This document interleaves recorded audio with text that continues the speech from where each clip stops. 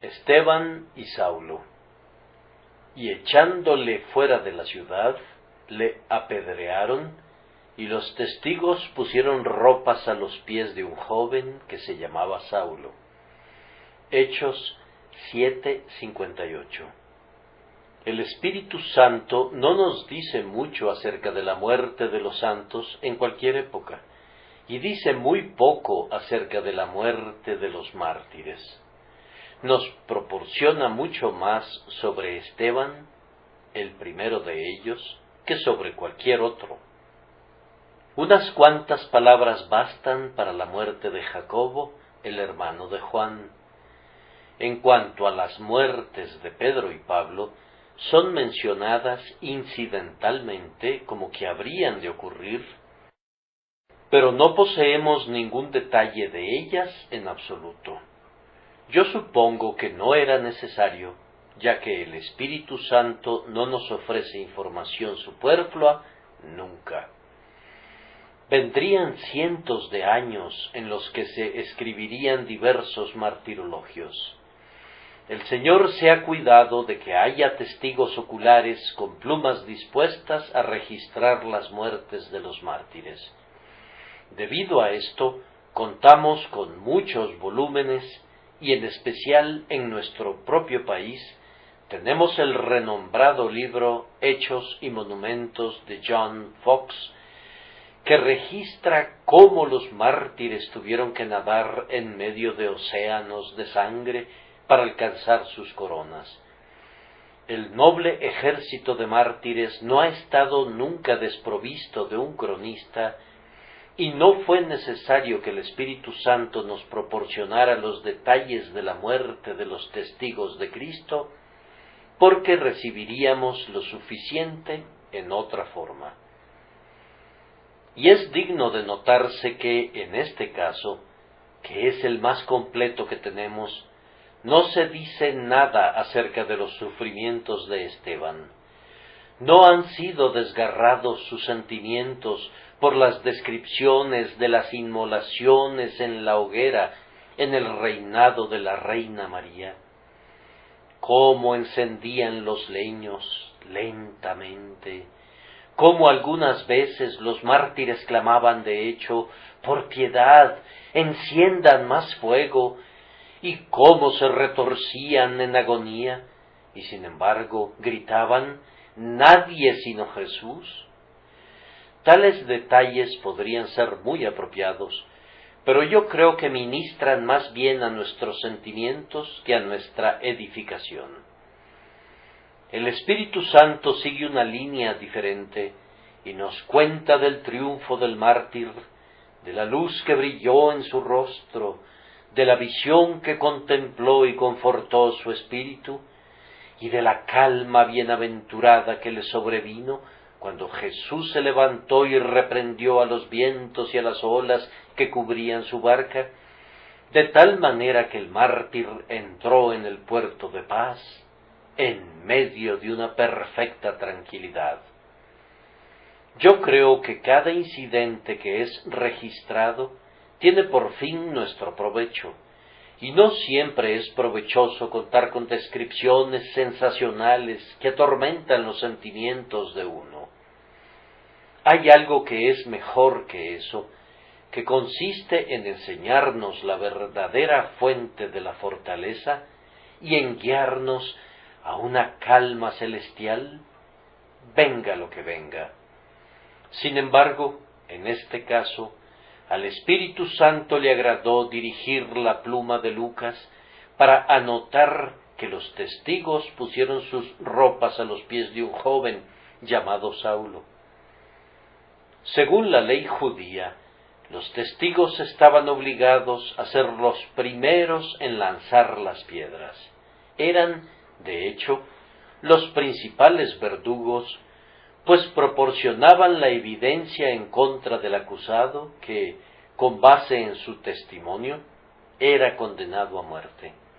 Por tanto, tenían que asumir la responsabilidad de su muerte y debían arrojar las primeras piedras. Para hacer esto, se quitaron sus largas túnicas ondeantes y poniéndolas en el suelo, las dejaron al cuidado de alguien que parecía estar muy complacido con la muerte de Esteban, que probablemente había dado su voto en contra suya en el Sanedrín y que esperaba para ver que se consumara el atroz asesinato. Ahora, ¿por qué está registrado que los testigos pusieron sus ropas a los pies de un joven que se llamaba Saulo? No fue para satisfacer nuestra curiosidad, y sin duda se debió a una buena razón. Así que trataremos de averiguar por qué está registrado y procuremos aprender algunas lecciones de esto con la ayuda de Dios. Y primero, ¿no nos sugiere aquí el Espíritu Santo un contraste sumamente notable?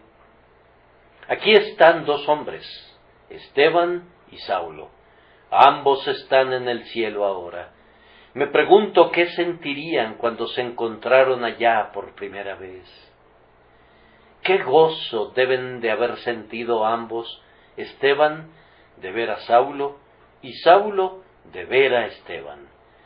Yo supongo que es incompatible con el estado celestial que Saulo hubiera tenido que disculparse, pero, en verdad, si fueran permitidas las disculpas allá, habría presentado sus disculpas de manera sumamente amorosa y tierna. La dicha de reunirse allí debe de haber sido sumamente grande. Contemplen a los dos hombres, uno a punto de morir y el otro cuidando las ropas de los verdugos. Hagámosles justicia. Ambos eran hombres sinceros. No había ninguna hipocresía en Esteban. Pueden ver que las palabras que habló brotaban espontáneamente de su corazón. Tampoco había hipocresía alguna en Saulo. Realmente creía que estaba sirviendo a Dios en lo que hacía. Saulo era tan sincero a su manera como lo era el mártir que estaba a punto de morir. Es más, ambos eran plenamente denodados. No cabía en la naturaleza de Esteban sofocar sus convicciones o silenciar su testimonio. Tampoco cabía en la naturaleza de Pablo quedarse callado cuando creía que un miserable impostor debía ser eliminado por completo de la existencia. Saulo ardía por completo desde el primer momento en que le conocemos hasta el último registro que conservamos de él. Tenía un gran celo por Dios, pero no conforme a ciencia, y mientras esperaba allí y cuidaba las ropas de los verdugos, se sentía perfectamente satisfecho en su conciencia porque lo que estaba haciendo era para la gloria de Dios. Algunas veces no podemos entender cómo podría ser posible esto. Sin embargo, yo no dudo que muchos que han perseguido a los santos de Dios lo han hecho en la ignorancia de su incredulidad, sin comprender que realmente se rebelaban contra el Altísimo y que luchaban contra el propio Señor. Es muy difícil evaluar la cantidad de oscuridad que puede inundar a la conciencia humana e imaginar cuán ciego puede volverse el hombre y cuán plenamente puede tomar lo amargo por dulce y lo dulce por amargo. Pero es muy cierto que un corazón no renovado puede volverse tan tenebroso que mientras nos dirigimos con presteza al infierno, podríamos imaginarnos que estábamos avanzando a grandes pasos al cielo. Estos dos hombres, Esteban y Saulo, eran disímiles entre sí en muchos aspectos, pero eran semejantes en este sentido, que ambos eran sinceros y ambos eran hombres cabales en su sinceridad. Pero ahora observen la diferencia entre ambos. Consideren primero a Saulo, un hombre revestido de justicia propia. Él les dirá que ha guardado los mandamientos desde su juventud. Si le dieran tiempo, tal vez les diría que por su linaje era hebreo de hebreos, que en lo tocante a la ley era irreprensible, que pertenecía a la más estricta secta de su religión y que era un fariseo. Si comenzaras a acusarle de pecado, verías que sus ojos despedían fuego cuando declaraba que, en cuanto a la justicia que era en la ley, era irreprensible. Si alguien fuera acepto delante de Dios, él sentía que lo era, y permanecía allí, con todo el orgullo de la justicia propia, participando en el asesinato de un hombre verdaderamente justo. Si le hubieran hablado a Esteban, habrían descubierto a un hombre de una clase completamente diferente. La única esperanza del mártir radicaba en el Cristo crucificado del Calvario. Lo que le alegraba no era una visión de sí mismo, sino la visión de su exaltado Señor. No obtenía su consuelo de lo que él había hecho, sino de la obra consumada que aquel que estaba en ese momento a la diestra del Padre. ¿Qué diferencia existía entre esos dos hombres? Tal vez haya dos personas así aquí, sentadas la una muy cerca de la otra, la una con su justicia propia y su confianza en sí misma, dependiente únicamente de sus propias buenas obras, la otra mirando humildemente lejos de sí y confiando únicamente en el Señor Jesucristo para su salvación. De los dos, yo preferiría ser el que está mirando a Cristo, aunque tuviera que ser ejecutado esta noche, que el que está revestido de las ropas de su imaginada justicia propia, aunque sea honrado y respetado por toda la humanidad. Miren otra vez a Saulo, y verán a un hombre ritualista en extremo, a un formalista de la peor clase. Es un hombre que estima grandemente todo lo que tenga que ver con el templo y el sacerdocio y la ley. Descubrirán que sus filacterias son sumamente anchas, y si le hablaran acerca del rollo sagrado del Antiguo Testamento, encontrarán que puede debatir y discutir con ustedes acerca de cada una de sus letras, pues tiene un gran apego a la letra. Es un hombre dominado enteramente por los elementos externos de la religión. La envoltura lo es todo para él. Pero ahora miren a Esteban y verán a un hombre que ha hecho completamente a un lado los asuntos externos. Su último discurso muestra que así es. No ha despreciado al templo, pero ha dicho de él: si bien el Altísimo no habita en templos hechos de mano. No ha despreciado al pueblo elegido, Israel, pero se ha referido a ellos como duros de cerviz e incircuncisos de corazón y de oídos. No ha despreciado las formas externas de la religión en tanto que fueron ordenadas por Dios, pero ha demostrado que, en sí mismas, eran vanas porque aun cuando estuvieron en la pleamar de su gloria, no cambiaron los corazones de los hombres, pues muchos de ellos permanecieron siendo idólatras y murmuradores en el desierto. Esteban es el hombre espiritual y Saulo es el hombre formal. Ambas clases podrían estar representadas aquí, y yo quisiera que examinaran a cuál de ellas pertenecen, porque Dios busca al adorador espiritual. Dios es amigo del adorador espiritual, pero el formalista no es amigo del Rey del cielo, aun cuando parezca serlo. Él lucha por la letra de la palabra, pero al despreciar su significado interno, desprecia su verdadera esencia, combate por los ritos y ceremonias, pero al descuidar la gracia interna y espiritual, descuida la materia vital y es tan enemigo de Dios y de su Cristo como lo era ese joven llamado Saulo. La gran diferencia entre Esteban y Saulo, sin embargo, radica en esto. Esteban está defendiendo la causa de Cristo al costo de su propia vida, y Saulo se le está oponiendo con la misma fuerza. Incluso en una congregación como la presente, tal vez no haya muchos, pero podría haber algunos que se están oponiendo al Evangelio. Podría haber algunos aquí que, aunque no lapidarían a los creyentes, se burlarían de ellos.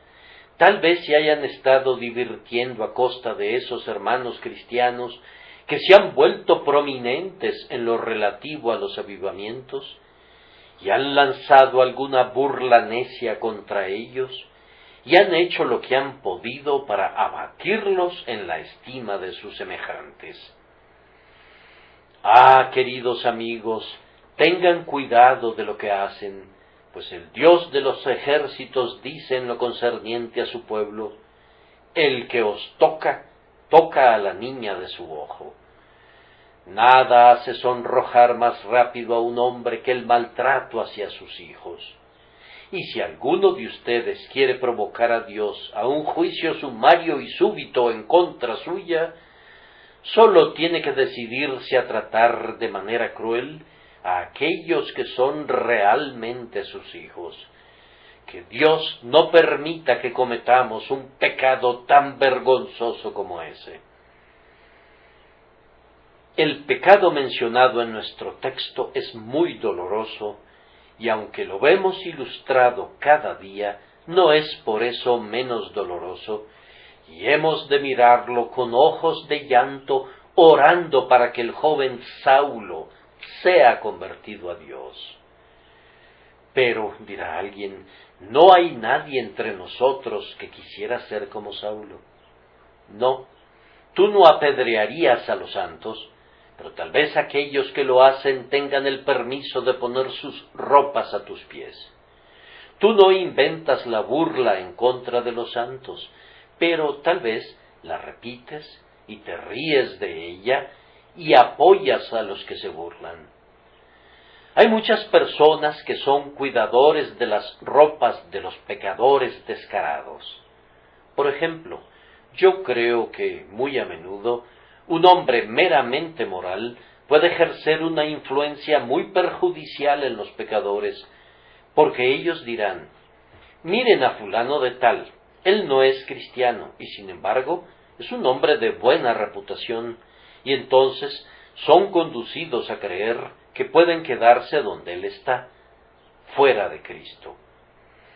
Oh, queridos amigos, que no haya nada acerca de su caminar y su conversación que pueda ser usado para oponerse al Evangelio de Jesucristo, y lo habrá a menos que estén enteramente de su lado, pues él mismo dijo: el que no es conmigo, contra mí es, y el que conmigo no recoge, desparrama.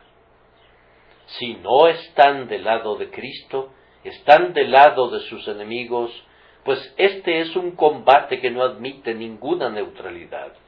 Y si no pueden sentir, al igual que Esteban, que defenderían la causa de Cristo, entonces, me temo, solo les hace falta la oportunidad y las circunstancias, si no para lapidar a Esteban, sí, al menos, para permitir que los que llevan a cabo el terrible acto pongan sus vestidos a sus pies. El contraste registrado en nuestro texto es muy vívido. Desearía poder pintar un cuadro igualmente vívido entre las personas inconversas y los cristianos, pues hay un contraste entre ellos, un contraste que se plasmará en aquel día en especial, en que habrá un gran golfo abierto entre ellos, a través del cual no se podrá pasar. En el último gran día, los justos estarán a la diestra del juez, y los malvados a su siniestra, y Cristo mismo estará en medio de ellos, de tal forma que la división durará en tanto que Cristo mismo viva.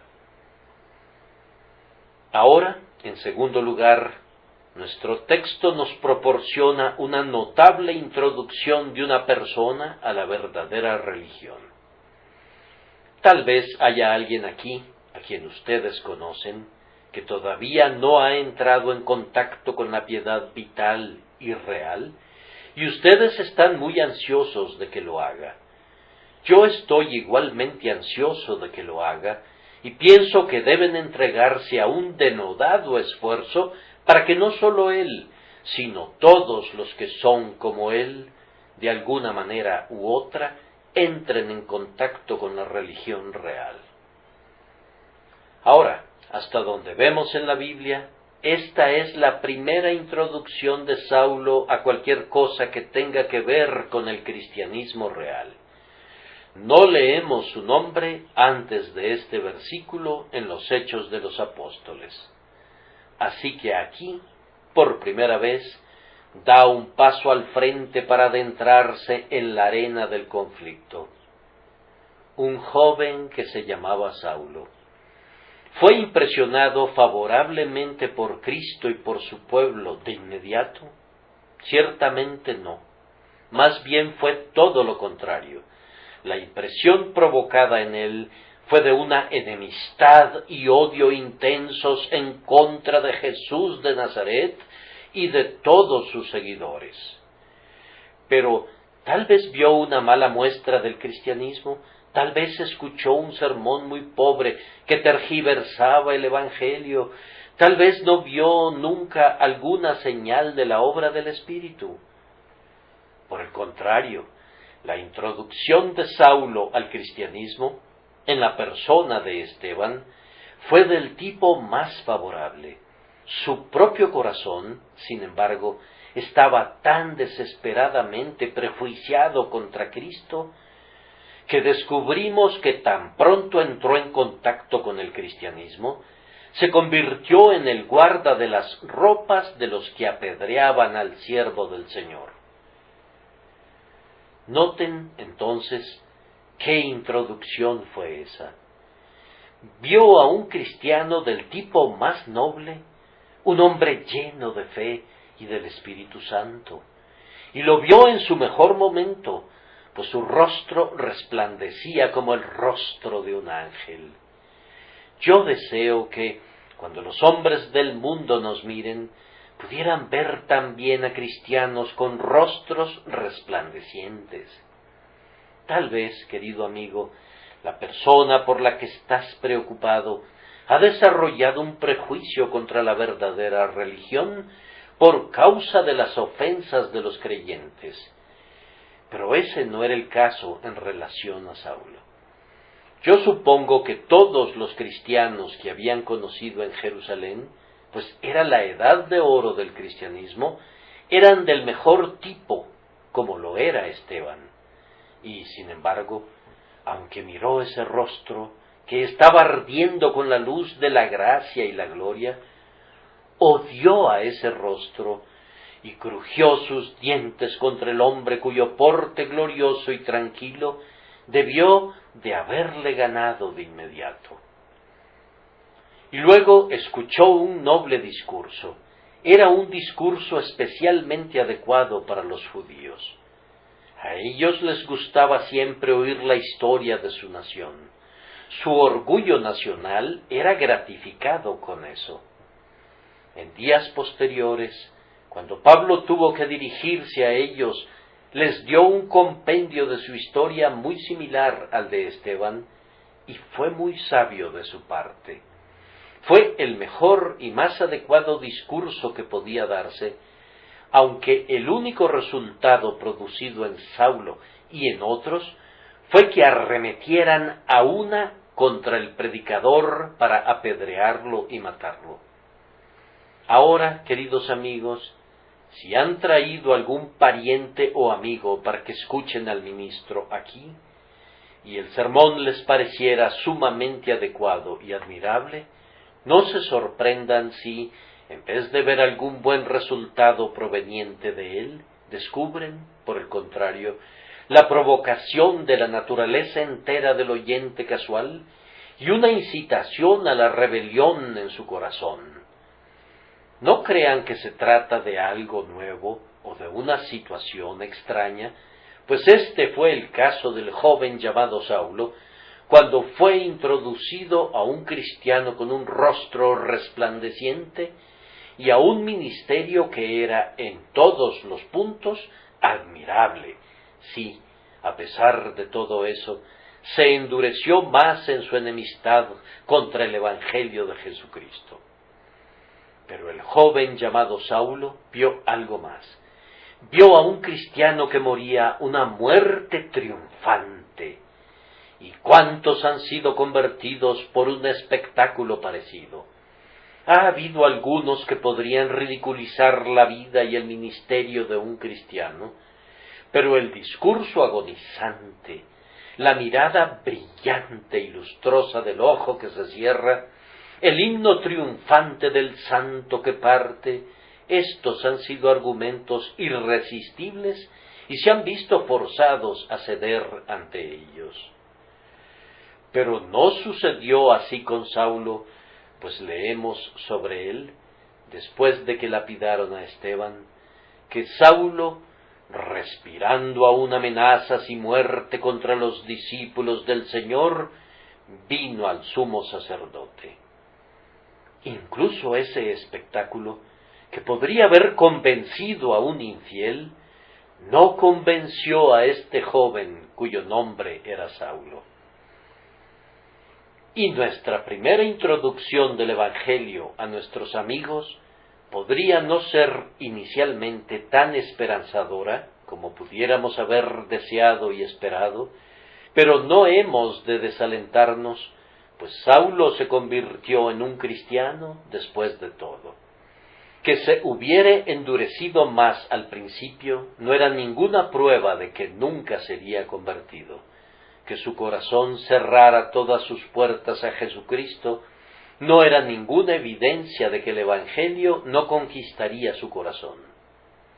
Tenemos un proverbio que nos recuerda que Roma no se construyó en un día, y no siempre podemos esperar que la Nueva Jerusalén sea construida en los corazones de los hombres en una sola hora. Hay algunas personas que son derribadas en el acto, como fue derribado Saulo más adelante. Pero hay otras personas que poseen ciudadelas contra las cuales el ariete de la verdad ha de golpear con toda su potencia año tras año, y es únicamente cuando Dios propina el golpe eficaz de gracia que, al final, ceden sometidas por el amor todopoderoso. De cualquier manera, ya sea que cedan o no, su deber es claro: tráiganlos a Cristo, llévenlos bajo el sonido del Evangelio, hagan todo lo que puedan para su salvación, de tal forma que, si perecen, cuando el tañido fúnebre sobresalte su oído, podrán decirse: si está perdido o es salvo, yo no soy responsable, estoy libre de su sangre, pues le hablé del camino de la salvación, argumenté con él por Dios y argumenté con Dios por él. Le persuadí que fuera conmigo y que escuchara la predicación de la palabra, y si él la ha rechazado y la ha pisoteado, no puedo evitarlo, aunque hubiera tratado de hacerlo si hubiera estado en mí hacerlo. Debo dejar su destino en las manos de Dios. Yo pienso que este caso de Saulo es muy alentador para cualquiera de ustedes que esté buscando ganar para el Salvador a los pecadores. ¿Acaso un hombre te ofendió de palabra cuando le hablaste acerca de su alma? Bien, algunas veces hay más esperanza en un hombre que tiene suficiente firmeza como para amenazarme, que en uno que pareciera estar de acuerdo con todo lo que yo diga. Dice: sí, Señor. Sí, Señor. Muy bien, Señor. Y luego sigue su curso sin prestar la menor atención. Tal vez demuestre que hay un alma más grande en ese hombre, aun cuando se vuelva un perseguidor, que cuando simplemente ondea su mano y dice: ahora vete, pero cuando tenga oportunidad te llamaré. una clara oposición podría probar únicamente que hay una buena tierra donde podemos sembrar la buena semilla del reino. En tercer lugar, pienso que nuestro texto es un ejemplo de la seguridad de la sucesión apostólica. No se atemoricen ante esta expresión. Yo no soy un creyente en esa sucesión apostólica que se supone que viene por la imposición de manos humanas sobre cabezas humanas. Pero yo creo que siempre ha habido una sucesión de hombres fieles en la Iglesia de Dios, de tal manera que, cuando uno ha muerto, otro ha sido llamado a tomar su lugar. Y yo creo que siempre será así hasta que el propio Cristo venga. ¡Cuán terrible fue para la Iglesia perder a Esteban! La Iglesia contaba con hombres útiles en sus filas, pero Esteban parecía estar al frente en aquel momento preciso. Había causado una conmoción en todo Jerusalén. Aunque había sido especialmente nombrado para cuidar a los pobres, no hubo un diácono que estuviera colocado más claramente en la primera fila de la Iglesia. Él era digno, iba a decir yo, de ser un apóstol por su santidad y su intrepidez. Convenció a muchos de la verdad del Evangelio de Cristo. Si hubiese estado enfermo, sus hermanos y hermanas habrían orado para que su vida fuera preservada. Y si hubieran sabido que iba a ser apedreado, habrían dicho: es mejor que muramos nosotros a que muera Esteban, no podemos prescindir de él. Es una calamidad para la Iglesia de Cristo cuando sus mejores hombres, ya sean ministros o diáconos, son llamados a casa. Sin embargo, queridos amigos, a menudo se da el caso de que Dios se lleva a sus siervos a casa justo cuando son más útiles. ¿Cuándo quisieran ustedes que Él se los llevara? ¿Cuándo son menos útiles? Quisieran que el Señor se los llevara cuando ya son de escasa o de ninguna utilidad. Eso no es muy generoso de parte suya. El Señor tiene el derecho a lo mejor. Algunos se están poniendo maduros para la gloria, así que es natural que el Señor tome a los más maduros de ellos. No necesitan asombrarse, por tanto, cuando las personas más útiles sean llevadas al cielo. Pero ahora, miren, Esteban va a casa. ¿Quién tomará el lugar de Esteban? ¿Acaso no lo ven? Los testigos pusieron sus ropas a sus pies, y sin duda el manto de Esteban estaba entre esas ropas. Así, tan ciertamente como Elías dejó su manto a Eliseo, el manto de Esteban estaba puesto a los pies de Saulo. No se lo puso de inmediato, pero efectivamente se lo puso posteriormente. Y frecuentemente, cuando los hombres preguntaban: ¿qué vamos a hacer cuando el señor fulano de tal se vaya?, el Señor envía a un hombre que lo hace tan bien como el señor fulano de tal lo ha hecho. Con frecuencia me preguntan: ¿qué habremos de hacer con el tabernáculo y el colegio y el orfanato cuando usted se haya ido? Vamos, el Señor siguió adelante antes de que yo naciera, y yo estoy seguro de que seguirá adelante cuando yo muera. Esa pregunta no me turba nunca. ¿Alguna vez te sentaste a reflexionar qué hará mi esposa cuando yo me haya ido? No te gusta pensar en eso, pues no es asunto tuyo. El sucesor de cualquier hombre al que Dios hace útil será encontrado en el curso debido. Podría ser al momento presente uno de los que odian el Evangelio. Podía estar entre aquellos que están hablando mal de la cruz de Cristo. ¿Dónde se encontró al gran sucesor de John Hus? Vamos, está allá en un monasterio alemán. ¿Cómo? ¿Un monje? Sí, un monje que trepa los escalones de la Scala Sancta, la Escala Santa en Roma, tratando de alcanzar suficiente mérito para salvar a su padre y a su madre y a sí mismo, y deseando poder estar allí siempre para acumular méritos. Sí, Martín Lutero era el hombre que habría de seguir a Hus, y Dios le levantó a su debido tiempo. Los santos que estaban en Jerusalén no sabían dónde estaba el sucesor de Esteban, pero Dios le vio entre los enemigos de Esteban y lo apartó, y Saulo fue un apóstol más poderoso de lo que Esteban habría podido ser jamás. La iglesia perdió a Esteban, pero ganó a Saulo, y ese fue un intercambio muy bueno, pues aunque no se puede decir nada que fuera derogatorio para un hombre de un espíritu tan noble como era Esteban, sin embargo, la Iglesia de Cristo no ha tenido nunca a un siervo que, tomándolo integralmente, haya sido tan útil para ella como el famoso apóstol Pablo, que una vez fue ese joven llamado Saulo.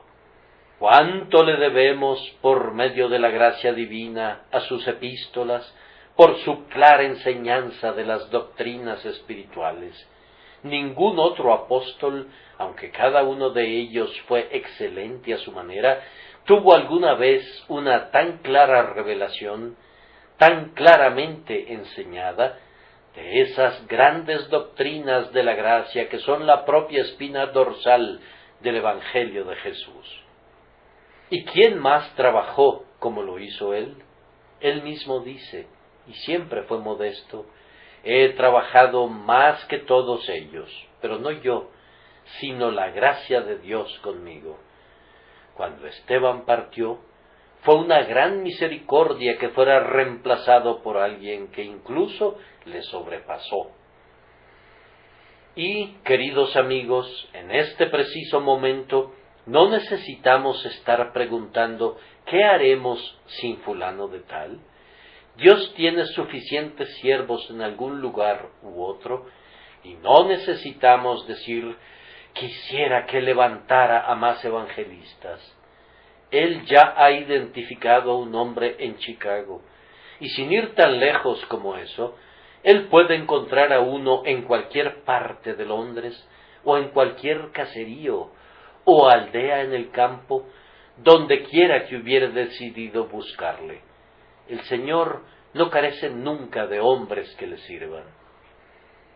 Recuerda que la omnipotencia tiene siervos por doquiera, y de las filas del ejército de Satanás puede tomar al más denodado paladín del mal, atajarlo por medio de la gracia todopoderosa, e imponerle el cargo de convertirse en un líder de los ejércitos del Dios viviente.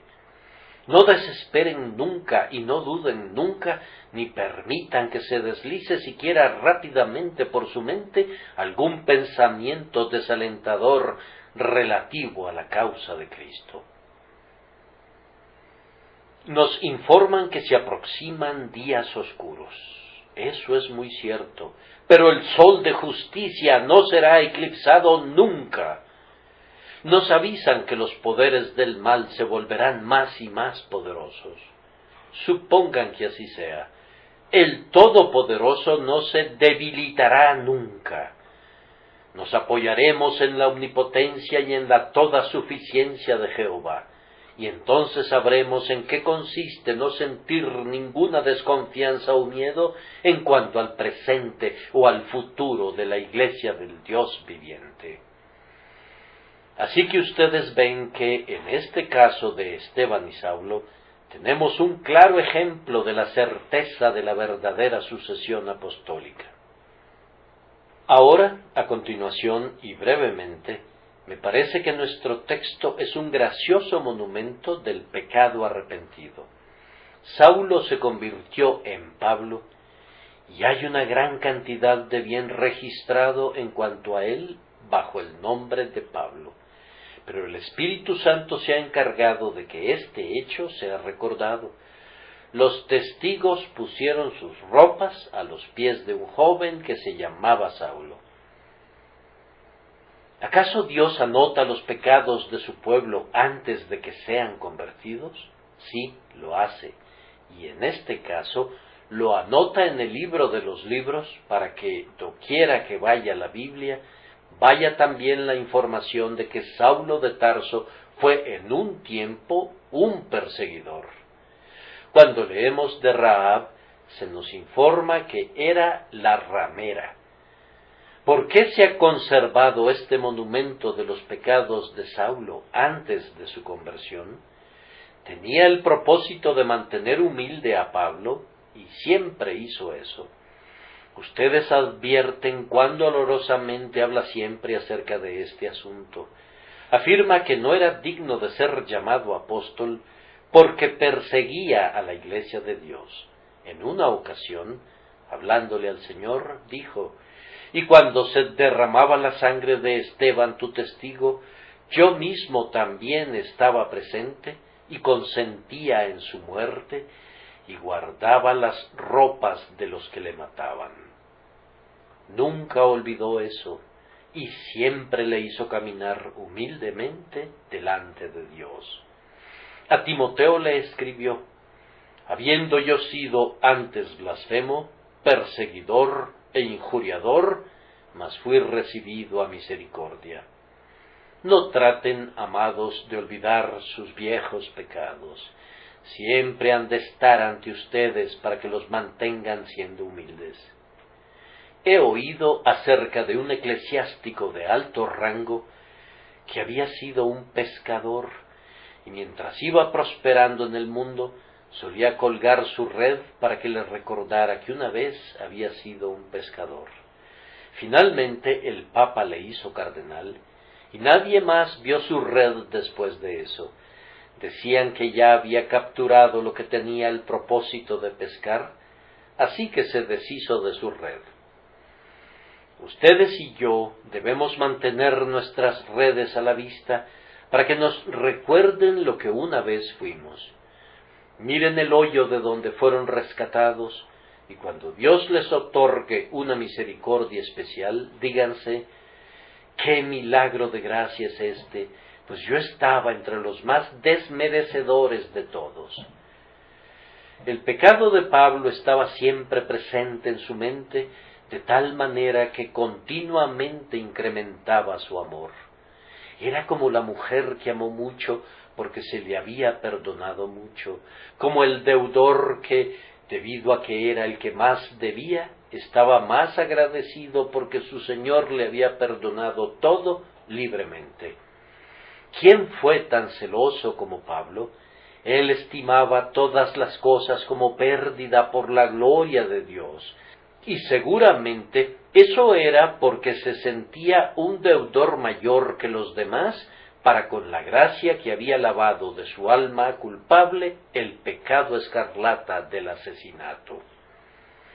Y además, queridos amigos, este pecado de Pablo fue registrado en la Biblia y retenido en su memoria porque le mantuvo adherido a las doctrinas de la gracia. He notado generalmente que aquellos profesantes que siempre fueron muy buenos y no tuvieron nada muy marcado acerca de su conversión, se han extraviado en alguna forma de doctrina que no se encuentra en las Escrituras. Pero quienes sabemos cuán viles fuimos antes de nuestra conversión, sentimos que sólo hay un tipo de doctrina en la que podemos creer, y es la doctrina de la gracia soberana. Se requeriría de mucho para someterme a una creencia en el libre albedrío, porque es contraria a toda mi experiencia.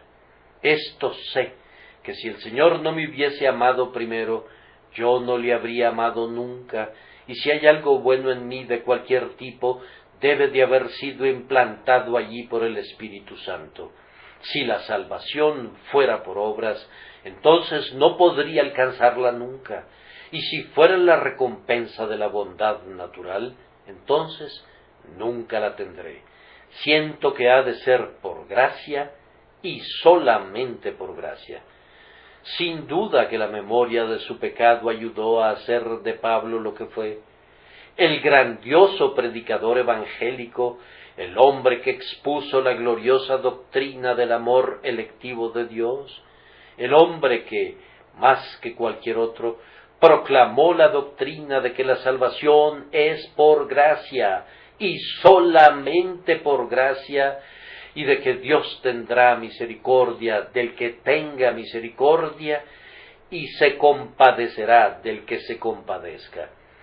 Predicar cualquier otra cosa habría sido incompatible con la experiencia del apóstol y, por tanto, el recuerdo de su pecado era conservado delante de él para que siempre diera a conocer esas preciosas verdades. Y tal vez, queridos hermanos y hermanas, este pecado de Pablo está registrado para que siempre tuviera una esperanza acerca de otras personas. Ustedes saben que desde el momento en que fue convertido hasta el momento en que murió, siempre fue un hombre perseguido. Su vida estuvo dividida en dos períodos. Primero fue el perseguidor y luego fue el perseguido. Cuando fue echado de una ciudad a otra y apedreado muchas veces, ¿cómo debe de haber pensado en Esteban y las piedras que le llovieron? Cuando fue odiado por todos los hombres por causa de Cristo, podría haber perdido la esperanza de que el Evangelio fuera propagado si no hubiera podido decir: pero así como me convirtió a mí, puede convertir a otros. No cuidé de las ropas de los que apedrearon a Esteban, aquellos rebeldes que recogieron las perlas que brotaron de sus labios y las hollaron como cerdos. Esto le animó a estar delante del cruel Nerón y hablarle del Evangelio de Jesús, pues aquel que pudo convertir a Saulo podía convertir a Nerón si quisiera hacerlo. Nunca vemos a Pablo retrocediendo o titubeando, sino que continuó predicando casi hasta los confines de la tierra, sintiéndose deudor de los judíos y de los gentiles, de los bárbaros y escitas, de los siervos y de los libres, porque decía: por esto fui recibido a misericordia, para que Jesucristo mostrase en mí, el primero, toda su clemencia, para ejemplo de los que habrían de creer en él para vida eterna. Oh, sí, es bueno que recuerden lo que solían ser, pues tendrán esperanza por otras personas cuando recuerden eso. Nuestro texto, en quinto lugar, es un ejemplo del gobierno de Dios. Si miran esto cuidadosamente y por tiempo suficiente, se revelará que no fue algo completamente malo que Saulo estuviera allí cuidando las ropas de los asesinos de Esteban. Posiblemente no puedan ver, al principio, cómo puede generarse algún bien de ello, pero nunca hubo algo malo de lo cual Dios no pudiera sacar un bien. Incluso la muerte de Cristo, que fue la culminación del pecado humano, fue el punto culminante del amor divino. Si Saulo no hubiese estado allí, Esteban no habría orado por él. Agustín dice, en una frase que es citada siempre en cada comentario sobre el libro de Hechos que he visto: si Esteban no hubiera orado, Pablo no hubiera predicado nunca. Pero la oración de Esteban: Señor, no les tomes en cuenta este pecado, fue una súplica tan amplia por sus asesinos que muy bien puedo concebir que fijó su mirada llorosa en ese joven llamado Saulo y que en sus pensamientos le incluyó en esa petición, suplicando al Señor que no le tomara en cuenta eso. Y el Señor no le tomó en cuenta eso porque dijo: lo hice por ignorancia en incredulidad. Creo que fue bueno que Saulo estuviera allí, y algunas veces he pensado, cuando he escuchado a alguien jurar en la calle: eso es algo terrible, pero si no lo hubiese hecho, probablemente yo no habría orado por él. Una de mis reglas es orar por un hombre cuando lo escucho jurar, y así, de esa manera, Dios puede extraer un bien del mal. Siempre que ustedes, que aman al Señor, vean u oigan a alguien haciendo algo que sea malo, asegúrense de orar, pues así es como hemos de ser la sal de la tierra. La sal ha de ponerse siempre allí donde la putridez comienza. Esta es la manera en la que hemos de ser la luz del mundo. Hay que hacer uso de las lámparas cuando llega la oscuridad. No las necesitamos hasta que el sol se ha ido y llega la oscuridad. Así que, cuando perciban la oscuridad, enciendan sus velas. Cuando perciban la putrefacción, esparzan la sal llevando al pecador delante de Dios en oración. Pero hay también algo más que esto. Si Saulo no hubiese estado allí, se habría perdido del beneficio del discurso de Esteban. Y el sermón de Esteban es el texto en el que Pablo se basó para predicar toda su vida. Si lo examinan cuidadosamente, descubrirán que la disertación de Esteban es la raíz de la cual, por medio de la bendición del Espíritu de Dios, medra la teología de Pablo. Esteban le da la pista de todo ese argumento de la epístola a los romanos acerca de Sara y Agar, y toda esa discusión acerca del padre Abraham, que fue justificado por la fe, está allí en el discurso de Esteban. Y la epístola a los hebreos es otra planta que crece de la semilla que Esteban sembró en la mente de Saulo. Hay varias frases que son idénticas. Yo pienso que la razón por la que tenemos ese discurso de Esteban registrado de manera tan íntegra es que Pablo viajó con Lucas, quien escribió los Hechos de los Apóstoles, y Pablo le contó a Lucas lo que Esteban había dicho, pues parece que llegó directo a su alma y se quedó albergado allí. Debe de haber sido así, pues moldeó todas sus epístolas y pueden trazar la influencia de Esteban en cada rollo sobre el que Pablo puso su pluma. Podría suceder algunas veces que los hombres que se oponen a la palabra de Dios puedan ser en efecto influenciados por un hombre del que se burlaban. Ese pudiera ser el hombre preciso a cuyos pies se humillen. Tal vez, después de que hubiere muerto y hubiere partido, esa piedad del hombre puede teñir la vida entera de un joven que ahora le odia. No se puede saber, pero esto sé, que de muchas cosas malas Dios ha extraído un gran bien con frecuencia, como lo hizo en este caso, tanto por medio de la oración como a través de la predicación del santo Esteban. Siempre que piensen que un hombre inconverso ha ideado una estratagema para convidarlos al pecado, llénense tanto del Espíritu Santo que, en vez de ser vencidos, ustedes resulten vencedores. ¿Nunca han oído acerca del soldado que reportó que había tomado un prisionero? El oficial le dijo: «Tráelo acá, entonces». El soldado respondió: «No puedo». «¿Por qué no?». «Porque el prisionero me está arrastrando en dirección contraria», replicó el soldado. Ese soldado no había tomado un prisionero, se había convertido él mismo en un prisionero, y muchos cristianos, en vez de hacerle un bien al mundo, están siendo conducidos como cautivos por el mundo. No ha de suceder así con ustedes. Háganlos que se vuelvan a ustedes, pero ustedes no se vuelvan a ellos. Es bueno, en la firmeza de la fe, acercarlos al Salvador, pero no debe suceder nunca que su mal ejemplo someta al bien suyo y que su francachela domine a su piedad. Que Dios nos llene de su Espíritu Santo y de fe, para que, como Esteban, podamos ser el medio de transformar a Saulo, el perseguidor, en Pablo, el apóstol. Dejo este asunto con ustedes solamente pidiéndoles que oren por cualquiera que ustedes vean que se distingue en el pecado, o en la infidelidad, o en la herejía. Pídanle a Dios que salve a todos esos.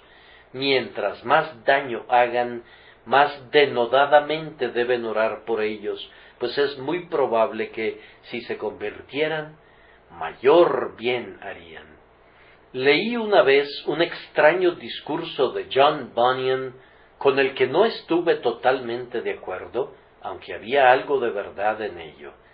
Decía que albergaba una gran esperanza por la siguiente generación, porque los jóvenes con los que se encontraba eran tan insensatamente malvados, que él creía que, si Dios los cambiaba por su gracia, se convertirían en grandes santos. Así que, cuando se encuentren con hombres intensamente perversos, pídanle a Dios que haga grandes santos de ellos. Son la materia prima que está lista para que sus manos obren en ella. La propia obstinación y la rebelión de su naturaleza muestra que, cuando la gracia divina viene a ellos, se convertirán en los más osados predicadores. Por tanto, oren por ellos y que Dios oiga sus oraciones por Jesucristo nuestro Señor. Amén.